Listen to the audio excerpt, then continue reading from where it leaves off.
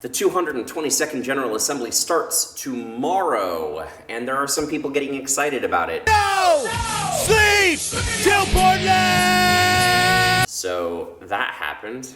Dinwitz, I love you, you ridiculous man. I'm gonna be vlogging my way through the assembly. Hopefully each day of the assembly I'll have a video at the end of the day to sort of recap what happened during the day and offer you some of my analysis, my opinions about what's going on and why you should care about it.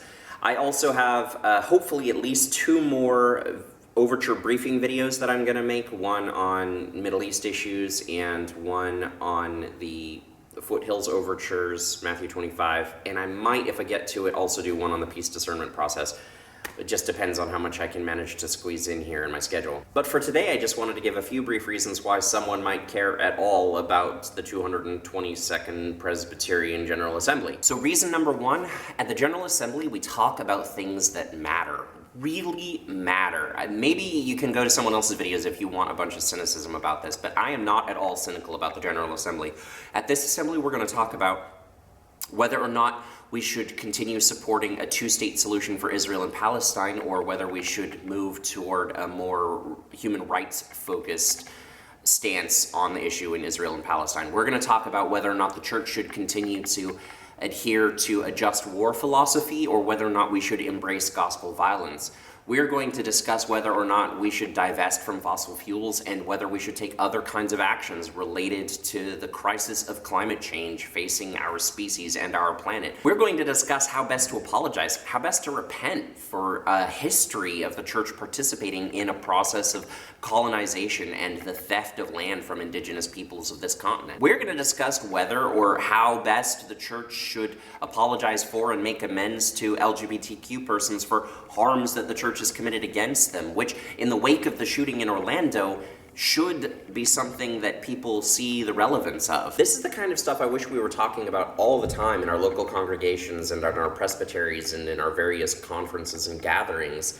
And at the General Assembly, we really do. We do so in ways that are consequential. To me, the General Assembly can be one of the best arguments against the perception that the church is irrelevant to society. I know there's a general assumption that when church people get together, it's just a lot of navel-gazing, a lot of fretting over internal issues, as people will often use the phrase of moving around of deck chairs on the Titanic, but the agenda of this General Assembly boldly refutes that perspective. My experience at the last General Assembly in Detroit restored my faith in the church as a body, in our ecclesial structures, or the very concept of uniting together as a larger institutional body. Like many of my generation, I'm pretty cynical about institutional religion, but most of the critiques I would make of institutional religion don't actually seem to apply to the General Assembly. For example, at GA, you can witness a church that is anything but technologically incompetent. The old stereotype of church people as being 20 years behind the times when it comes to technology just isn't true about General Assembly.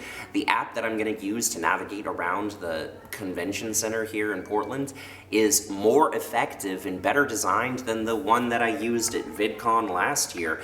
The overall connectivity of the people attending this conference is as good as the connectivity of people I've witnessed to who are attending conferences that are, you know, geeky conferences like E3 or PAX. At General Assembly, when things are going right, the technology isn't intrusive, but it just helps everything hum along with incredible efficiency. I mean, I'm a chaos muppet. I do not like the fact that Presbyterians obsess about being decent and in order, but boy, the General Assembly runs like a well-oiled machine. And that goes for the General Assembly's use of Robert's Rules or parliamentary procedure as well.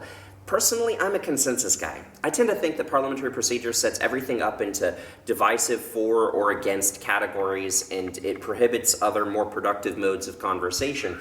But if you have to use parliamentary procedure, General Assembly is just about the best case scenario for how that can function. Last of all, the thing that really makes me love General Assembly are the people. The people who are coming to this event are passionate, they're committed, they care about the church, both as an institution, but also as a theological body, as a group of people striving to, you know, make present God's kingdom and God's mission in the world. These are, for the most part, not people who are paid to be there. These are people who are taking time off of jobs, or even if their job gives them time for this work, they're going to work harder during this week of General Assembly than they would work normally in their daily lives, and they're going to do so voluntarily because they're passionate about it, because they care. I consider it an honor and a privilege that I get to spend time with these people, organizing, strategizing, debating, even arguing over what kind of church it is that we want to be. And I have faith that the decisions that this body will make as a whole, though far from perfect, will be better than any decision that I would have made on my own, or that you would have made,